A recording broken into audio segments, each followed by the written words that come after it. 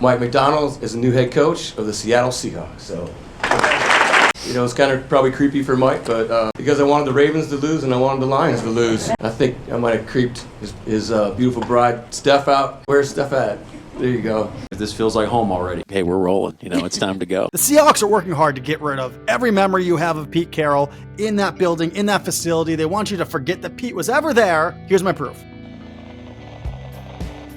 Before we get to today's content, please be sure to like and subscribe. We're coming up on 800 subscribers. You are all freaking awesome, every single one of you. I work pretty hard on this content. Every subscriber means a ton to me. You guys are the best. If you like the content, please hit the subscribe button so we can help the channel grow and we can keep putting out some great, awesome content. Now that that is out of the way, the Seahawks are working pretty damn hard and doing a pretty damn good job of getting rid of every damn resemblance of damn Pete damn Carroll. Okay, that's too many damns. Damn. Pete Carroll was the oldest head coach in the NFL. So who's the next hire? The new youngest head coach in the NFL. Dan Quinn, who I think made the most sense to be the next Seahawks head coach, came from the Pete Carroll tree. Mike Macdonald, who ended up getting the job, came from the Harbaugh's tree, and I mean that plural. He coached for Jim Harbaugh at Michigan, coached for John in 2 different stints with the Baltimore Ravens. Not only does Mike Macdonald not come from the Pete Carroll tree, according to the press conference today, he's never even met Pete Carroll. They even got my homie Pete out here like the Joes. Look, I've said it before and I'll say it again.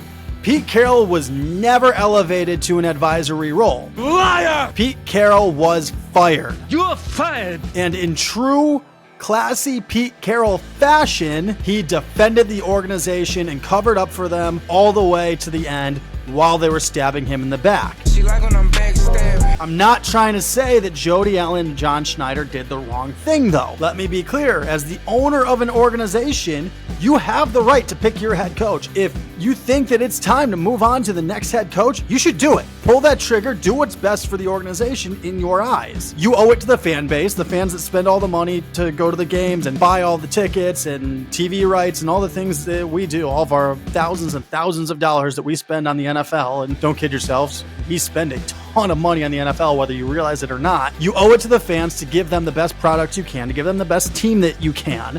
You owe it to the city. And I think that if Jody Allen thinks the best move was moving on from Pete Carroll, more power to her. Normally, a GM has that power as well. Not by themselves. They usually get with the owner. Actually, they always get with the owner first before they could fire the head coach. But normally, the GM actually outranks the head coach. In Seattle, it was a little bit different because Pete Carroll was also the president of football operations, which is a position that outranks general manager. So technically, Pete did outrank John. It's a very strange relationship because it seemed like John and Jody were together in the "we're firing Pete" thing, and Pete was the one left on the outside. I'm on the outside. Now, according to a report from Sportskeeda, I hope I said that right, Pete Carroll actually originally informed the organization that he wanted to retire but remain on in a different capacity. Per Tony Pauline, I've been told here in Frisco that down the stretch of the season, Carroll had told Seahawks decision makers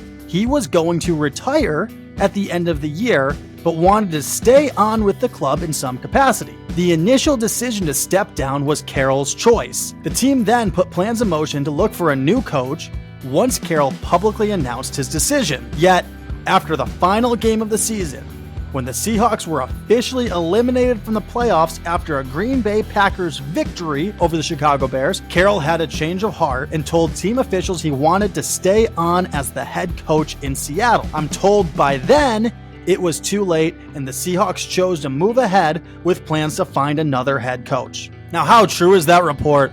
Who the hell knows? I don't believe what I'm hearing. Pete's been very clear this entire time.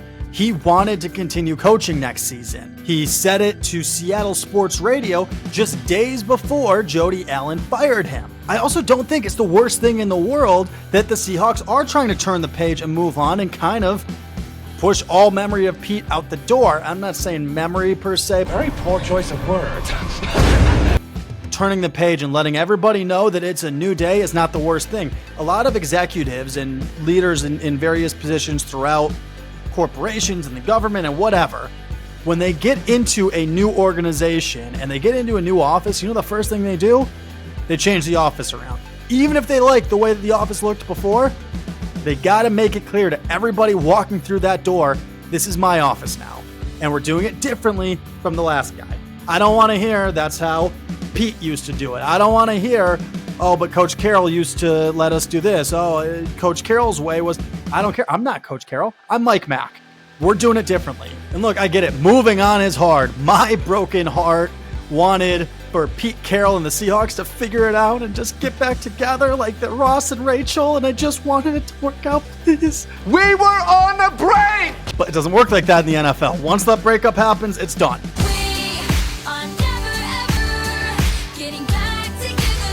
You don't get back with the team unless you're John Gruden, and, well, we all saw how that ended. Look, the only way to move forward is to give Mike Mack your full support.